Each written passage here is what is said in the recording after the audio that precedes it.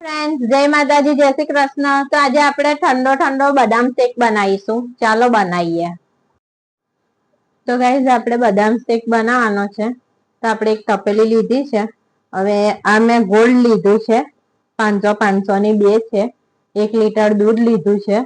તો આપણે એને ગરમ કરવા મૂકી લઈશું. તો આપણે ગેસ ચાલુ કરી લઈશું.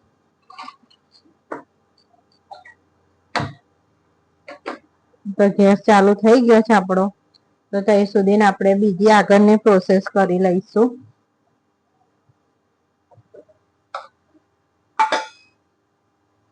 તો આ બદામ છે, મેં 20-25 જેવી બદામ લીધી હતી.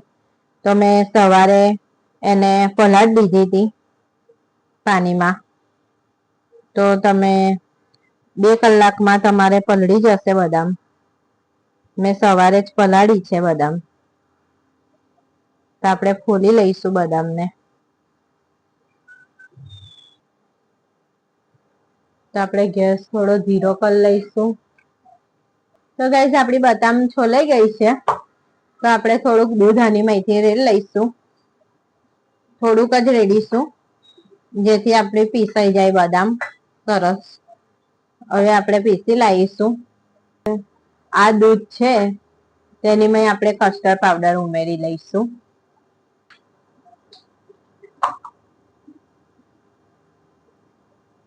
તો આપણે 2 ચમચી કસ્ટર્ડ પાવડર ઉમેરીશું. તો મેં વેનીલા ફ્લેવર નો લીધો છે કસ્ટર્ડ પાવડર. તમે લઈ શકો છો બીજો જે તમારો ફ્લેવર નો આવે તે. મેં તો વેનીલા ફ્લેવર નો લીધો છે. તેને આપણે ઓગાળી લઈશું મસ્ત રીતે, જેથી એક ગાંગડીઓ ના પડી જાય એવી રીતે.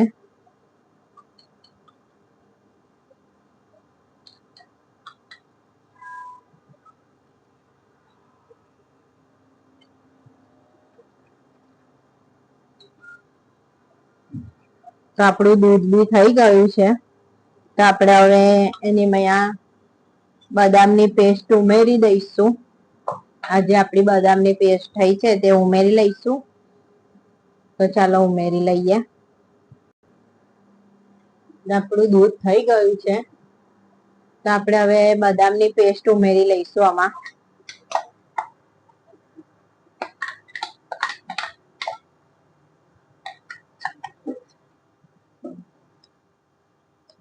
તો ગાઈઝ, હવે આપણે ખાંડ ઉમેરી લઈશું એમાં. તો મેં 1 વાટકી ખાંડ લીધી છે.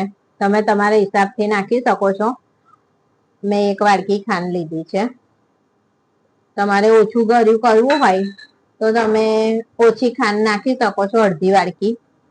અને મારા તો બધા ગળ્યું ખાય છે એટલે મેં ગળ્યું કરવા ખાતર 1 વાટકી ખાંડ લીધી છે.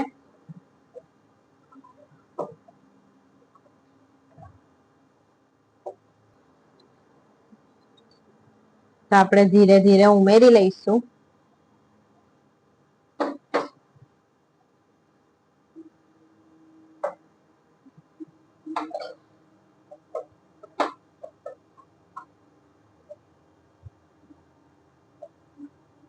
જેથી કરીને ગાંગડા ના પડી જાય.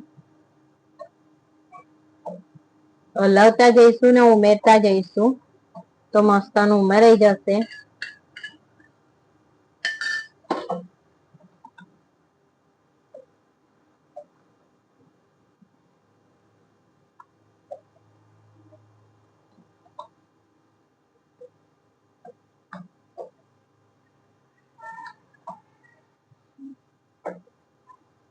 તો ગાઈઝ, મને કસ્ટર્ડ પાવડર ઓછો લાગ્યો તો મેં બીજું દૂધ લઈને ઉમેર્યો છે.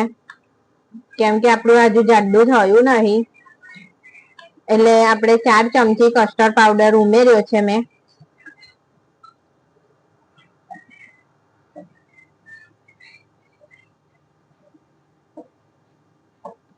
તો ધીરે ધીરે બીજું હોય ઉમેરી દઈશું આપણે.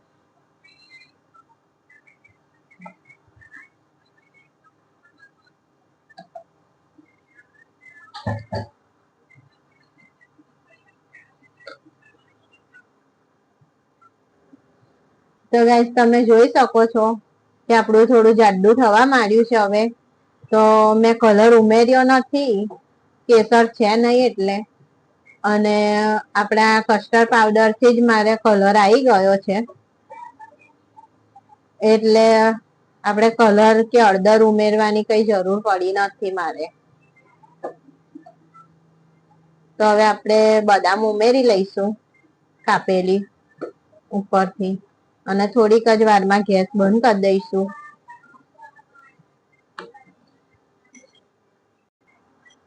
તો ગાઈસ હવે આપણે બદામ ઉમેરી દઈશું આમાં કાપેલી, અને મિક્સ કરી લઈશું.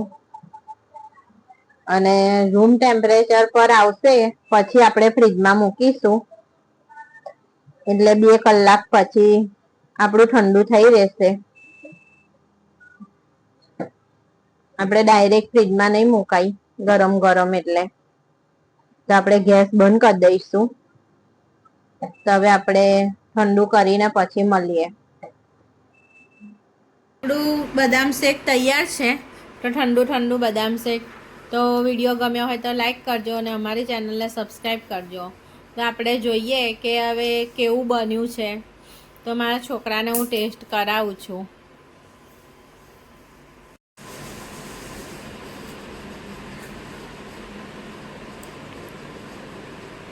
સારું છે, સારું થયું છે. કેમેરામાં જોઈને બોલજે. બહુ સારું છે.